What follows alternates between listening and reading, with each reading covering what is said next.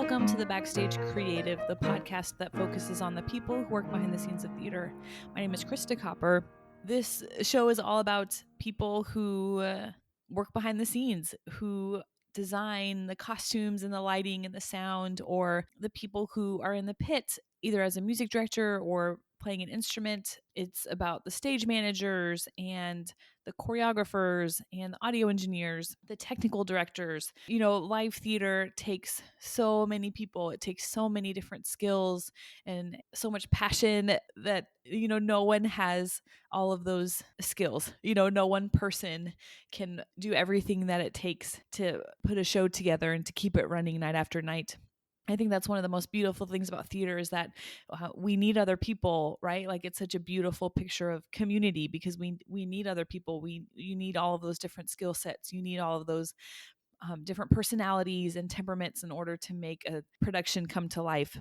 I view this show as a celebration of that, and it's my hope that during a pandemic, I'm recording this in November of 2020 during a really hard year. This can be a source of inspiration for you. It can be a way that you stay connected to the theater community during a time when not many of us are working. Yeah, I mean, some days it does feel weird to me when I work on this podcast because it's really the only area of my life right now that's has anything to do with theater, right? Like I'm not performing, I'm not involved in any productions right now. This show is it. This is really my only connection to theater right now. So if you kind of feel weird about, calling yourself an artist who works in theater, I'm right there with you. I feel that weirdness and that tension. Today is my conversation with Julianne Merrill. Julianne and I have a friend in common, and that's how we got connected. If you are someone or if you know someone who you think would be a good fit for this show, reach out to me. I love recommendations, especially now that I'm not working. I don't get to meet as many people as I used to. It is really nice when someone reaches out to me and says, hey, I have this awesome friend, or I am someone that would be a good fit for your show. So please reach out to me. You can find me on Facebook or Instagram. Send me a message through one of those social media platforms. I would love recommendations. Julianne is awesome and is involved in a lot of different areas in the theater world. And so this conversation goes all over the place. And those are one of my favorite types of conversations because we just get to talk about so many different things and so many different topics. So here we go. Here's my conversation with Julianne Merrill.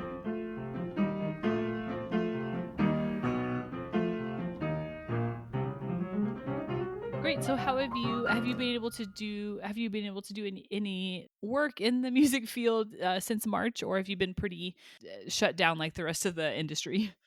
Well, to an extent, yes, and an extent, no. I have been a professional church musician since I was 16 years old. So I have played the organ, played the piano, etc. for various churches and gotten paid for it. And I've had a church gig since 2009 out in Long Island. So when this all, I work as the music director and senior choir director and the organist at a Presbyterian church, at Belmore Presbyterian Church in Long Island.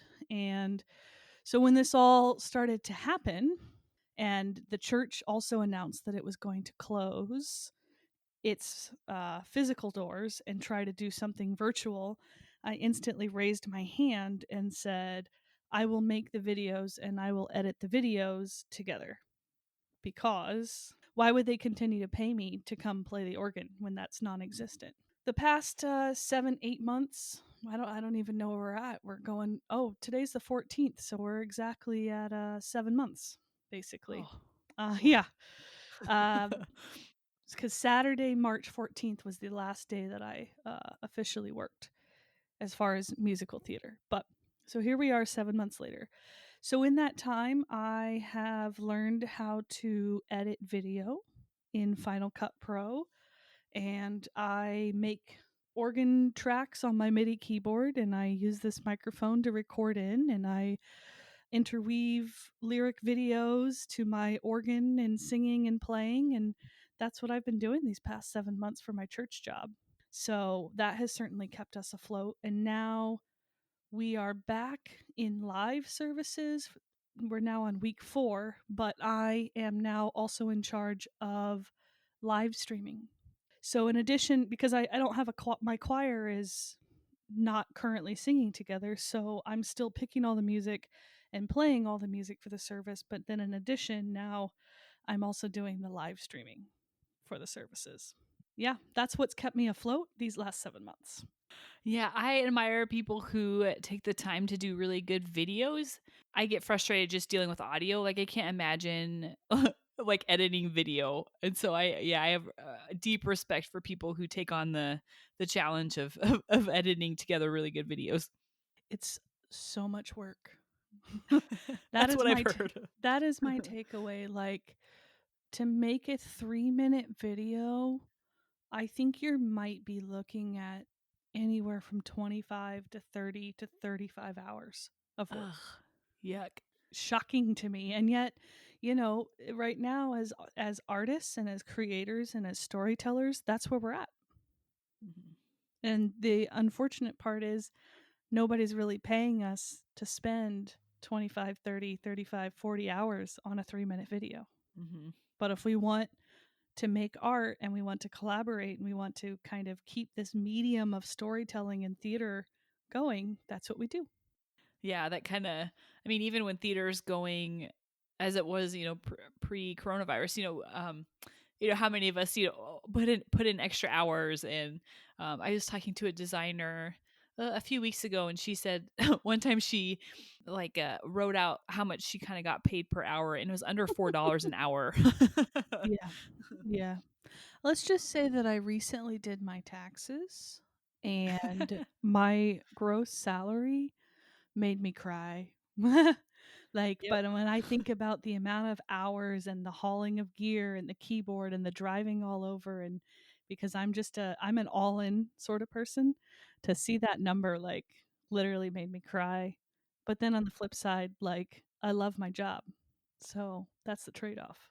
Because I know so many people who just don't particularly care for their jobs and they're always jealous. Why? What do you love? So I meet so many cool people on Yeah. on the daily. On the daily, like, I just get to work with so many people, and I'm in New York City, so you have people literally from all over the world coming out of the city, and I get to connect with them. I get to tell their stories, whether or not I'm just their accompanist and they're coming in for an audition. That's still that moment of interaction in which I connect with their spirit and I make friends who are all over the world. That's really important to me. Also, I'm a big project person. So, every couple weeks or every couple months, I'm working on a different project with a different team of people, with different problems, with different solutions, in different venues, etc. So it just keeps things really exciting and always forward motion. I never feel like I'm stuck in a rut until now.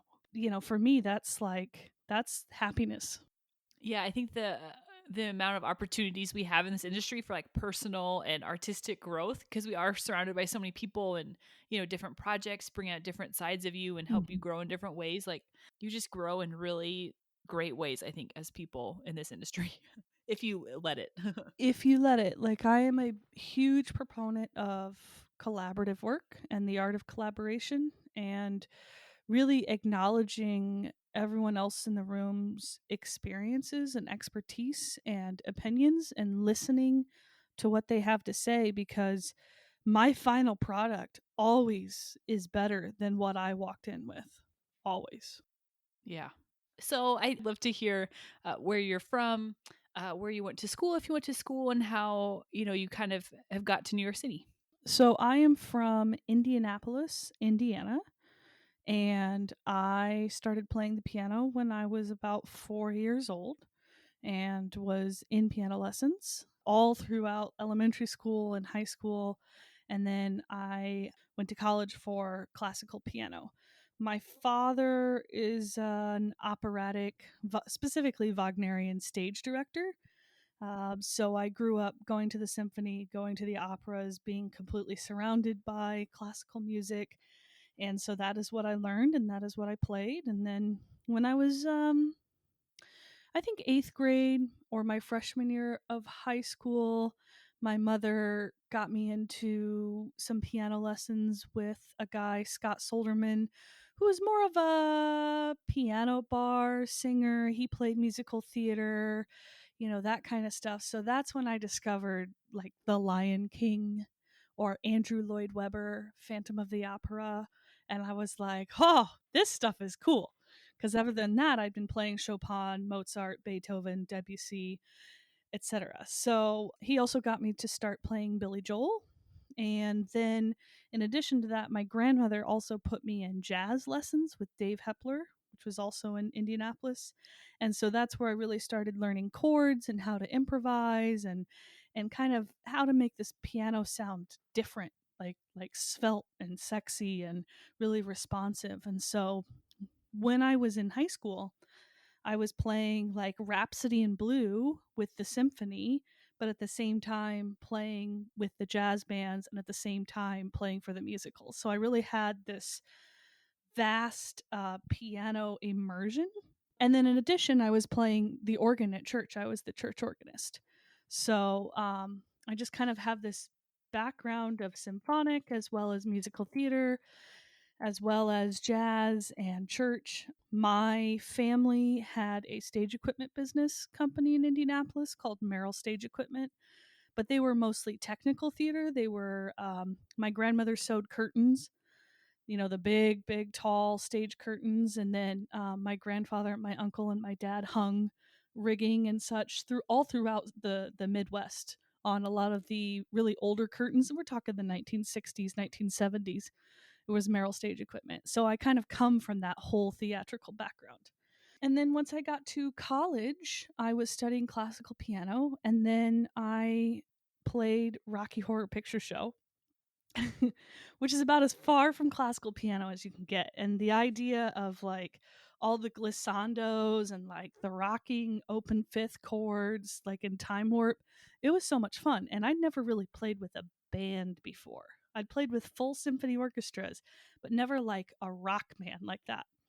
And that, to be honest, was the first time I really, frankly, like really loved playing. Before, it had always kind of felt like a chore, and I had to practice before I could do anything else, which now obviously I'm very grateful for. But playing in Rocky Horror Picture Show, I went to DePauw University in Greencastle, Indiana, and that's where I got my undergrad. And so I played Rocky Horror, and then after that, like the musical theater bug had bitten me. After college, after I graduated college, I got a job at Lawrence North High School, which is on the north side of Indianapolis, and I was their show choir staff accompanist. For anyone who doesn't know, show choir is huge in Indianapolis and the Midwest in general. So I was their accompanist for a year, and then after that, I knew I needed to try to get into musical theater, so I found a job as a music director at Festival 56, which is a summer theater production company in Princeton, Illinois. And I went there and they hired me to do I Love You, You're Perfect, Now Change and City of Angels as their music director. So those were my first two professional shows. And then while I was there, I feel like the sound designer quit or something happened. And all of a sudden, I became the sound designer as well as the music director at this summer theater festival. So I learned how to edit sound cues in Audacity, how to record, how to wire soundboards and cabling and speakers. And I just learned that at 3 a.m. when I wasn't in rehearsal. So I spent that summer, and then I met a lot of people in New York. And that fall, I quit my school job, quit my church job, and I moved to New York. And that was September 8th, 2008. That's basically like how I got to New York. And then since I've been in New York, like I've played in the basements of community theaters in the farthest reaches of Brooklyn. I've played for like this really cool choir out in Ridgewood, Queens called the Gacher Choir, where the members of the choir all moved from Gacher, Austria in like 1938 or 1939. like Sound of Music style under the night before the Nazis came and they relocated to Ridgewood, Queens, and then they have 2 concerts a year that I play. um, I've played for Education Through Music that puts music programs into schools in the Bronx, Queens, Manhattan. I've driven all over the Bronx to play concerts. I've played at most of the off Broadway spaces, Gallery Players, Astoria Performing Arts Center. And then I've just been working my way up. And then literally right before this pandemic hit, I was given a contract for my first full run off Broadway show contract, union contract. You know, I've just been like working my way up and up and up, and then this happened. Yeah. Well, congratulations on surviving in New York that long. Thank you. Yeah. I thought about doing the New York thing, but I don't know. The Midwest is in my heart, and so that's where I live now, and Mm-hmm. so I never did. But what is your first when you first moved to New York? How do you just kind of start getting work? Yeah, that's a great question because I still wonder what the answer is. At that point in time, 2008, I would always go to playbill.com, and also Craigslist was really big. Playbill had job postings for music directors, and Craigslist had job postings for music directors. And so I remember seeing a job posting for an accompanist for auditions for some show at like a Latin repertory theater in the East Village.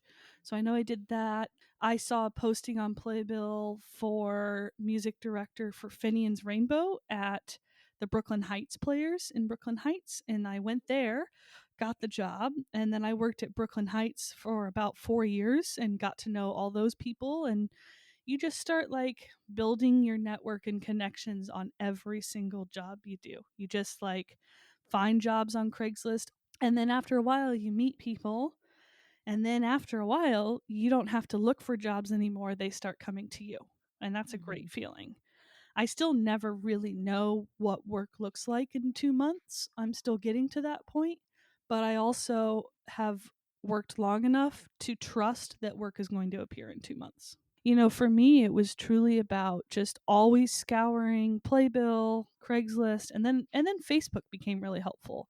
And literally, if I saw something I was interested in, whether it was sound designing, music directing, accompanying, orchestrating, arranging, making tracks for, keyboard programming, like you name it, I figured out how to do it.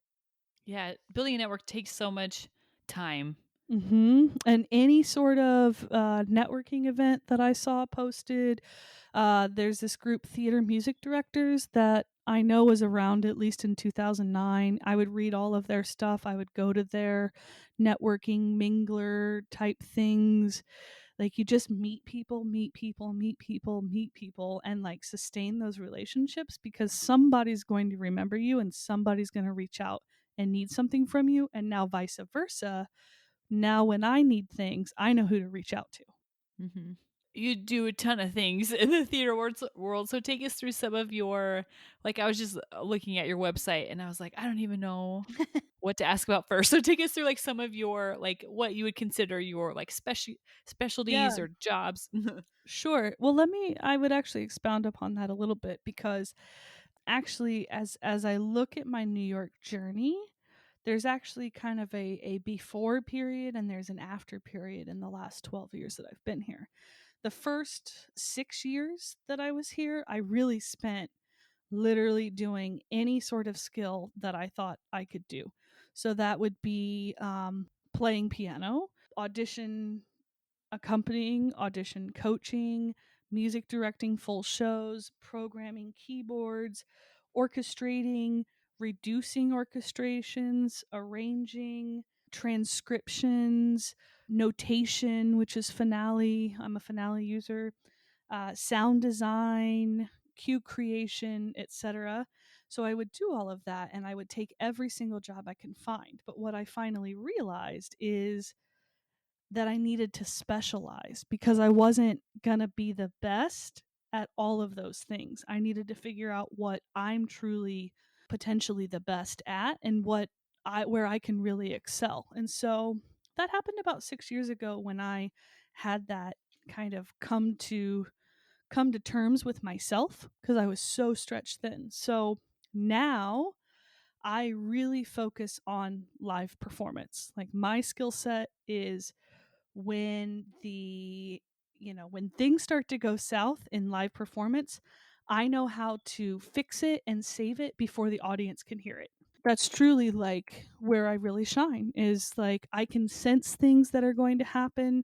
I can know how to quickly fix it because I have the background of technology. So I can look in the pit and fix stuff. And I just know how to like hold it all together before the audience hears that there's a problem. And I can tell you, as I'm sure you know, there's always something in live performance. Yep. So that's really truly these days what I focus on is music directing and conducting and live performance, but all of these other skill sets still feed that. I just have I don't really take jobs anymore to orchestrate or arrange or transcribe because I have friends who are much better at it than I. But what I do focus on, in addition to just playing and live performance, is the integration of technology into the pit. Because I think that technology can really take your performance from a 10 to a 12. It can amplify the sounds on your keyboard and it can make everything tighter. It can, I do things with my keyboard, which I program through MainStage. I can do things where I can fire sound cues from my keyboard. So let's say you have a gunshot that's supposed to be, like on beat 3. So you have 1, 2, shoot. Normally the stage manager up in the booth is calling that. But now as a music director, I can put it on a key. So it's always exactly musical. Oh, cool. Hmm. And then in addition to this, so I'm now kind of starting a PIC technology consulting LLC as just from my experience to work with high schools and colleges who want to incorporate all of this technology into their productions, and whether it be show choir, whether it be their musical theater or even stage theater. But like I was talking to someone who's a choir director for show choir. So they have a specific time limit that they're allowed to be onto the stage and then off the stage, and they have to bring in all of their pit and everything. So I talked with a director of how he could play the keyboard, conduct the band, have programmed keyboard sounds, be able to cue a click track that's going to the drummer and the bass player, and also fire a MIDI signal that goes to the pre programmed light board. So all of the lights are in sync with the click track, all from one person. Nice. Yeah. So, like, there's a lot of usability in technology in the pit. So that's the kind of consulting I do, is how to make your job easier and also really put it all into the seat of the conductor. And also, if there is a stage manager, it's really that communication between conductor and stage manager during the show, Hmm. because those are your two people driving that show. Yeah, so that's really like the technology end that I deal with, is really from the keyboard aspect in the pit and how the music director can control the click tracks and some of the sound cues when it's appropriate to come from the pit versus the booth, and even sending MIDI signals that control lights and video projections. And on Broadway, they use Ableton, which is the same idea, and then also including like playing backing tracks and sweeteners on top of your live musicians. As you've worked with people with pit technology, are there any like common misconceptions that come up? That it is overwhelming. Hmm. And I don't even know if I would call that a misconception. It is overwhelming until you understand it. It is not a sit down and the first time you do it is going to go great situation. Like, you as a user, you have to make a couple mistakes in order to realize that that mistake could be made and how to fix it. Like, it is definitely worth it if you're willing to put in the time and really spend time with the equipment and the technology, because the payoff is really great, but it is very overwhelming to just start with and just expect it to work. So there's a major learning curve on it. Yeah, I bet. As a as a bass player, sometimes I'm so thankful. I mean, my instrument has its challenges. Like it's really big, but Yeah. sometimes I'm watching like the music director or the keys two player, and they're in the middle of the show and like main stage crashes or something, or they come back after intermission and everything has shut down. Yep. Yeah, I do agree. There's some really cool things that you can. Like sweeteners, like to fill out the sound of Hmm. singers, and or if they're dancing really hard, and can't necessarily Yeah. sing. And Yeah, exactly. Like perfect show example is Matilda. Like those kids during Revolting, they're not singing live. They're like Mhm. hauling all over the stage, and that you're listening to a recording, because it's just like it's craziness to try to do both. The other thing with technology is always have a backup plan. Always. Mm. So if all else fails, I've got this one computer, and then if that one crashes, I have this computer that's ready to go. And then if that crashes, I still have the line out of just the piano sound on the keyboard. So you have Mhm. like option A, option B, which is what we call a redundant system, and then option C is literally just the piano out from the keyboard. Now, if the power goes out, I don't know what to tell Yeah. you. Is that a pretty common like setup to have like option A, B, and C? If you have the money, yes. Okay. Sure. Yeah. Yeah, and that's at the end of the day, like so much theater, whether it's community, off Broadway, off, all the way up. It's all about how much money you have. Mhm. There's lots of ways to make it work, but if you have enough money to have a redundant system, then it's definitely worth it. You mentioned Mainstage and Ableton. What are some other programs that you use? Yeah, so I use Logic Pro to do any sort of track recording, live instrument recording, microphone recording, MIDI recordings, etc. And I mix and master in Logic Pro. I actually edit most of my sound cue. I edit and design most of my sound cues in Audacity. I use too. Yeah, it's really easy to use and I love it. I use Finale as my notation program. I use QLab as a queuing program, let's say for sound cues, click tracks, etc. I also use Tempo Advance on my phone or iPad as a click track metronome that has an audio output. And then I use Mainstage to program keyboards. And I use Ableton to run clicks and sweeteners and recordings and such if it's at that level of a show. I wouldn't really use Ableton until it's a very, very complex show. That's about it. I don't know if this question has a good answer because it's kind of a big question, but how long would it take? Like on average, does it take you to program a show through Mainstage? 2 days, I would say, on average. I don't know if I'm a fast programmer or if I'm a slow programmer, but I spend, honestly, most of my time is spent building a sound library for the show. Like I audition 5, 6, 7 different types of Rhodes patches until I find the right one. 5, 6, 7 different kinds of organ patches. I got to find just the right bell patch, just the right clarinet patch, for what works for the show.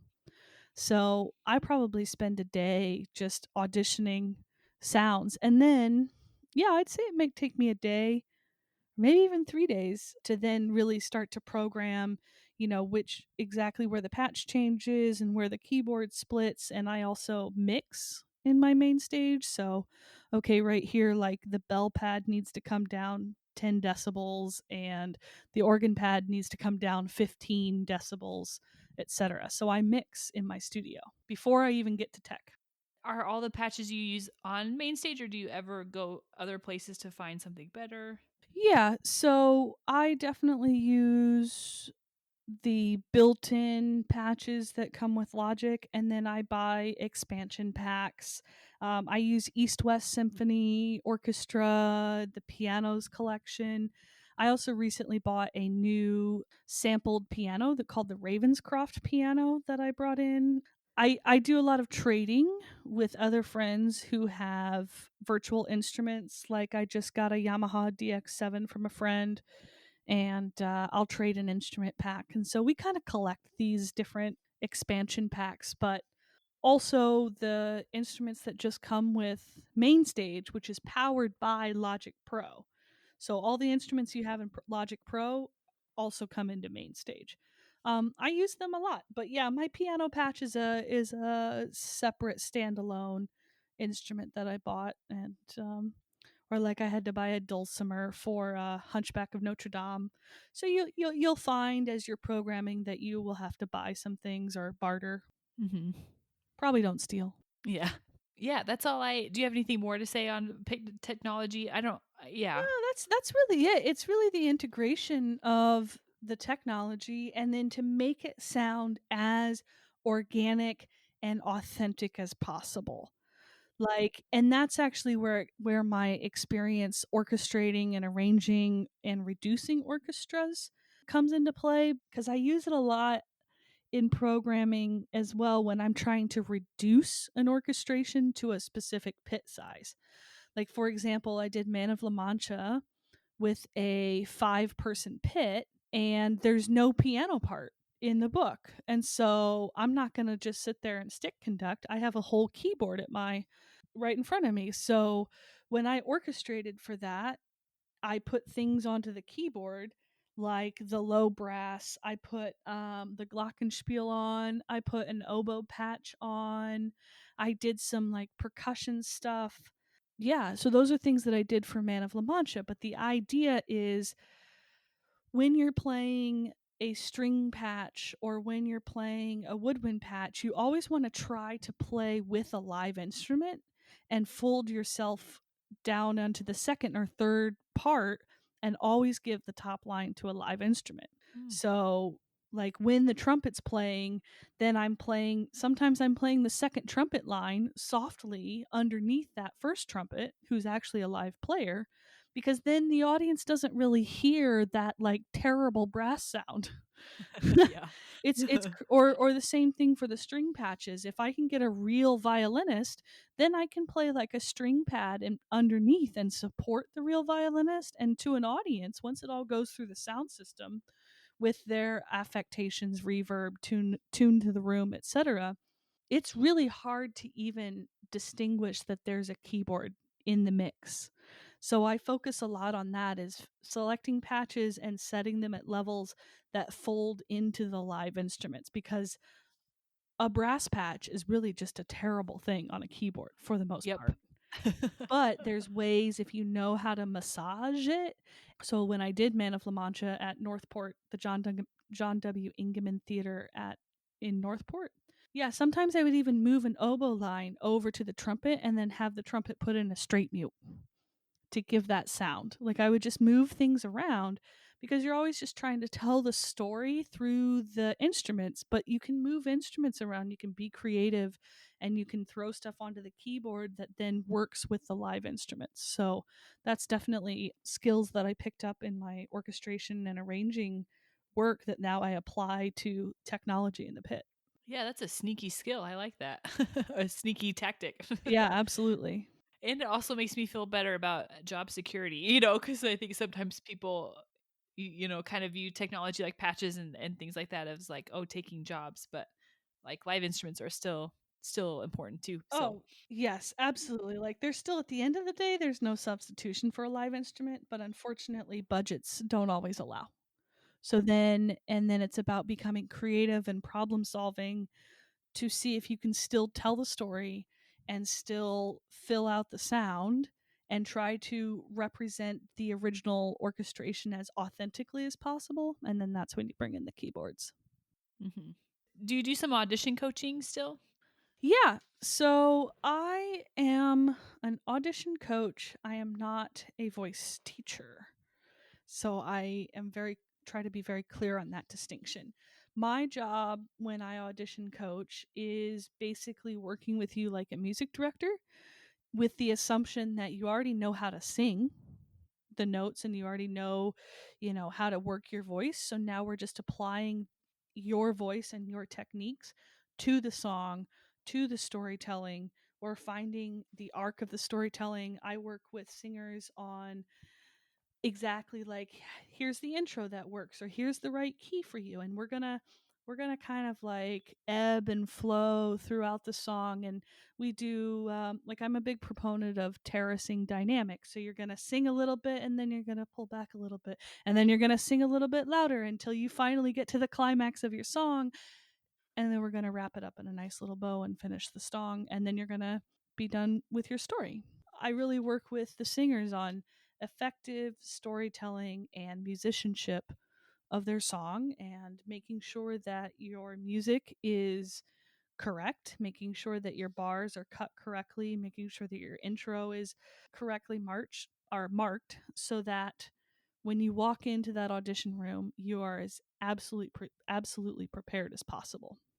I've seen a lot of people on their websites have audition coaching. Is that a pretty I'm not very familiar with like the acting world. Is that something that a lot of actors like to utilize? Yeah, because an audition for an actor is their 30 seconds, 1 minute to really shine in front of the creative team and casting team. So they want to make sure that that 30 seconds or a minute, or sometimes they're graced with 2 or 3 minutes, that it really is a solid performance from start to finish. And the last thing they want is to have incorrect music, a page missing, they don't quite have the notes, etc., because they are one of 400 people auditioning for that same role. So, to actors, it's very important to them to work with an audition coach, such as myself, such as many other music directors, and make sure that they are incredibly confident on the key, on the notes, on the tempos, and also they've been given the language by a music director who's generally a pianist. They've been given the language to properly communicate with the accompanist in the room. That's definitely big, because an accompanist in many ways can make or break your audition, for better or worse. And most of the accompanists in New York are very good. I obviously don't know, because I've never auditioned with an accompanist. I've always only ever been the accompanist, but I have heard that sometimes you might not get a good accompanist. So you also want to make sure that you're so solid in your song that if the accompanist messes up or gets lost, you can still move forward with your audition. So it's a pretty popular thing because everybody's auditioning all the time. Yeah. Anyone involved in the arts, our lives have some sort of element of like constant striving and hustling, and but actors, I think they get the award for maybe maybe actors and dancers maybe get the award for toughest process of getting a job. Yeah, I work with this school, the International College of Musical Theater, and we do rep class with them, and which is where we literally just work on their 16 and 32 bar cuts or full songs, and we prepare them, and they have mock auditions. And I always start like first class, like number 1. I respect you so much, and I know that if I was an actor, I would have cried and given up and gone home a long time ago, Yeah. because it is so hard. I would walk into Pearl Studios and walk around these lines, and some of these actors had been standing there since 4 a.m., found somebody to cover for them at their job, or they still have to go bartend all night. And then me, who's such an empath, gosh, I'm just like, I get so upset just to even see that. And then I'm in playing auditions from 9 a.m. or 10 a.m. to 6 p.m. And there's some people who stood in that line since 4 a.m. and by 6 p.m. they never got in, and we have to turn them away. Oh. And so I just want all actors to know, like, I respect the grind and the hustle, because I don't think I'm cut out for that. Yeah, me either. I would not have stayed in the arts for this long. I maybe would have lasted a year. Yeah, it's rough. Like, I mean, I feel like a lot of the stuff I do is rough, but it is not the same. hmm I also saw that you work with the New Work Development Lab. Yeah. So I am very passionate about the development of new work. It's about telling the story of an artist. I specifically work a lot with underrepresented artists, generally from minorities. I work a lot with diversity artists, and it's about bringing their stories to life and making their stories accessible to mainstream musical theater audiences. And I tell people I do not make bones, but I put the fat on bones. Is kind of Mm. my specialty. So I work a lot with composers. They bring their music in, we work on it with a director. A lot of times I'll say, this key feels weird, or maybe we could add a key change right here to intensify the drama, intensify the action, or, you know, maybe we can bring the chorus around back here, or you need a little bit of transition music here. And I'll really help a composer flesh out what they're trying to say, because generally they come in with some ideas on a page, and then we put it with a director and a choreographer and myself and some actors. We really breathe life into this and we see what works. And I'm really passionate about giving people a space in which they can tell their stories. Yeah, so I focus on new work development in the city. I work with different groups such as Prospect Theater Company. I believe does mostly new work. At the school, I started a new work musical theater lab where we used our students, and I brought in friends that were composers that I'd worked with on other projects, and they brought in their shows, and we developed them. And I work with Musical Theater Factory. I work with TheaterWorks USA, all sorts of different groups that are there to be a breeding ground and nurture these new works and such, because Broadway is either a new show or it's a revival. I just love to tell new stories, and generally stories of underrepresented minorities. That work is so important. What are some of the major hindrances with new works? There's not a lot of money in them. Yeah. I mean, unfortunately, if it's a new work, you don't really have a following, you don't really have an audience base. Your producer doesn't really know if the show is going to make any money, so it's everything is very bare bones, everything is very Julianne, just you got the piano and you got the keyboard, figure it out, which is what I do. And that's also why I got really into programming keyboards, to try to add more and more layers to this music as much as I could. So I think money is really such a hindrance, just because the talent working on these shows is Broadway level. It's just we don't have the budget behind it. So, but a lot of the theater companies that I work for, they do a lot of grant work and are funded, whether by grants or also private funding. We generally do some sort of a gala, or if you want to pronounce it gala or gala. I've literally heard every single pronunciation. These groups and organizations are so full of passion and heart, but they need funding. And so it's definitely a problem and a frustration, because there's so much we could do if we only had the money. Yeah. Are there any common themes or topics that people have been writing about, the past year or two that you've noticed? Yeah, I mean, in general, everyone wants to give a voice to the minority, for sure. That seems to be the highest topic. Also, mental health. People want to talk about mental health. Mm. They want to talk about what's going on with teenagers and with youth and bullying in schools. Nobody really wants to see the classic ingenue girl falls in love with boy, get married and have children, and then there's some sort of a problem.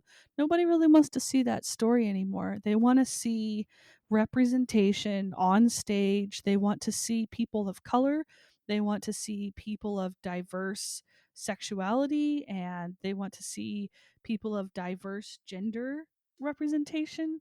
And they want to see people dealing with situations such as mental health that we're all dealing with. So, those are really, I think that is the direction that contemporary musical theater and Broadway is going for sure. Yeah, that's great. I'm excited to be able to look back, on like the early, 2000s, and kind of when I started my career up till now, and just to Mm-hmm. see things emerge, as we get older and are in this career for hopefully decades to come, just to see, the groundwork that I think is being laid right now. I see the fruits of that. Yeah. It's really about like giving everyone a voice, really diversifying our characters on stage and really representing our audience base and telling those stories. And it's a very real way of projecting onto the stage. And I think this all goes back to, why do we do theater? Why do we consume theater? We go to the theater to have a cathartic experience. We want to feel happiness. We want to cry. We want to see someone on stage that understands what we're going through. They look like us, they think like us, they're experiencing the same trauma as us, and that's how we cope. It's therapy to go to the theater. So I think that those stories need to be told, and it's very powerful, and I think that that is what the contemporary Broadway audience wants to see. Now, you might also define that the contemporary Broadway audience is different than the tourist Broadway audience. Hmm. There Mm-hmm. are tourists who come who just want to see Wicked and Frozen and Phantom and Lion King, Yeah. and that's it, you know? But I would say the contemporary intelligent Broadway audience, they want to see trauma on stage, basically. Whatever the trauma is, whether it's systemic racism, whether it's the alienation of LGBTQ plus gender nonconforming, etc. characters, they want to see that trauma because they identify with it, and they want to see how it's played out, and it gives them that cathartic emotional release. Hmm. So that's I guess that's why I do new work. I'm really passionate about it. Yeah, I love that. Theater is therapy. I'm gonna be thinking about that. I like that. Yeah. Yeah, let's talk about how do you grow in this industry? My work ethic is, you simply learn by doing. I have no problem making a mistake as long as I learn from it, because a lot of times I won't even know that that's a particular problem until I make the mistake. And then I know to never do that again. Yeah. So you definitely learn by just jumping in and just doing it, and like trial by fire, and you just say yes to every opportunity that's presented to you. You learn as many skills as you possibly can, because it's all just putting tools in your toolbox. As well as people, you should research and study people that you admire in the industry or look up to, or that you might want to basically become and follow in their footsteps. You can reach out to them and see, how can you support them, how can you help them. Don't ask what they can do for you, ask what you can do for them. And you learn that way, just simply by being in the room where it happens, and by putting in the hours. So for me, it'd be 2 a.m., 3 a.m., 4 a.m. while I was learning how to do sound at Festival 56, because that's what I had to do to make sure that all of my sound cues were ready by 9 a.m. tech. And so, at whatever needs to be done, just do it.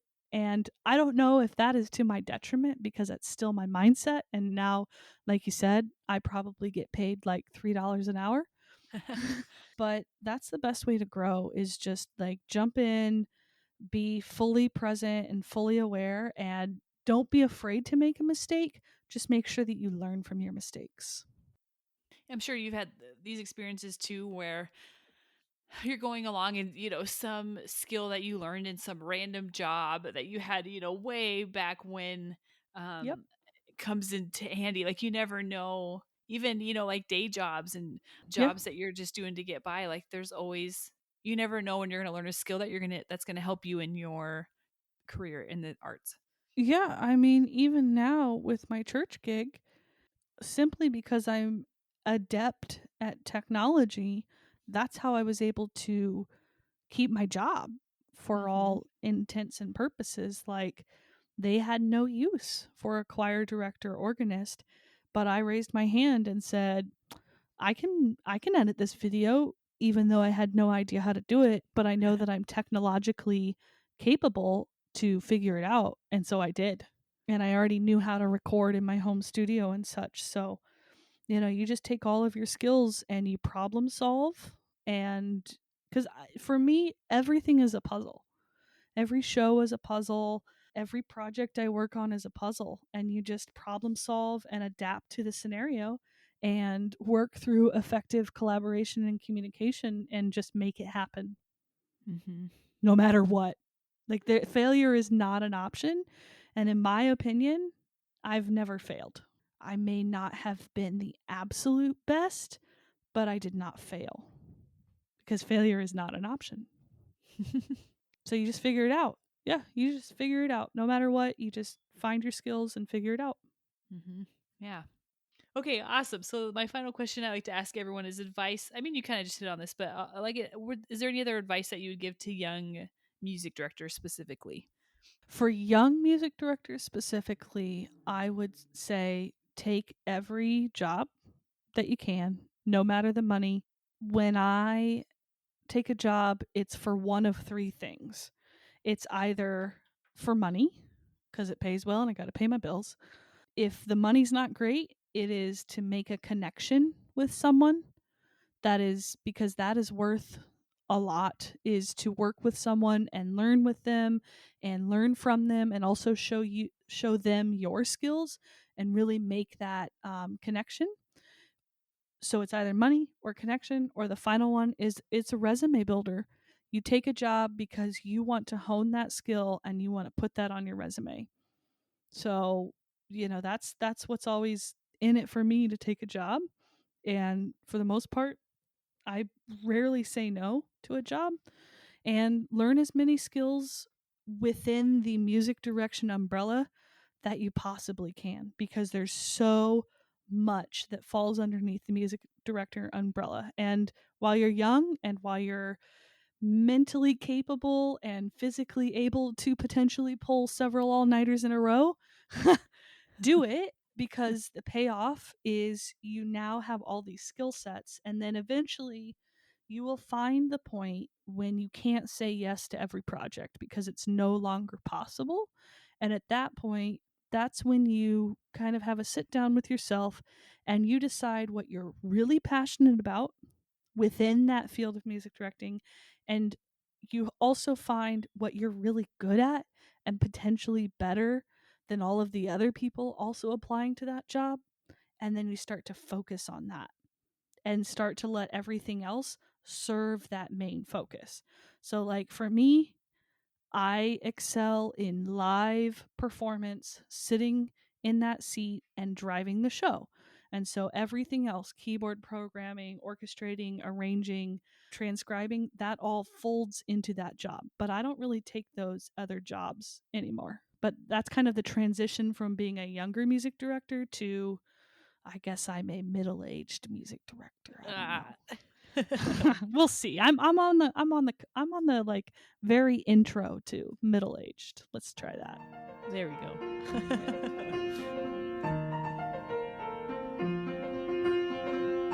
The music for the Backstage Creative was improvised and performed by Ian Leroy, and the logo was designed by Zach Rimbold.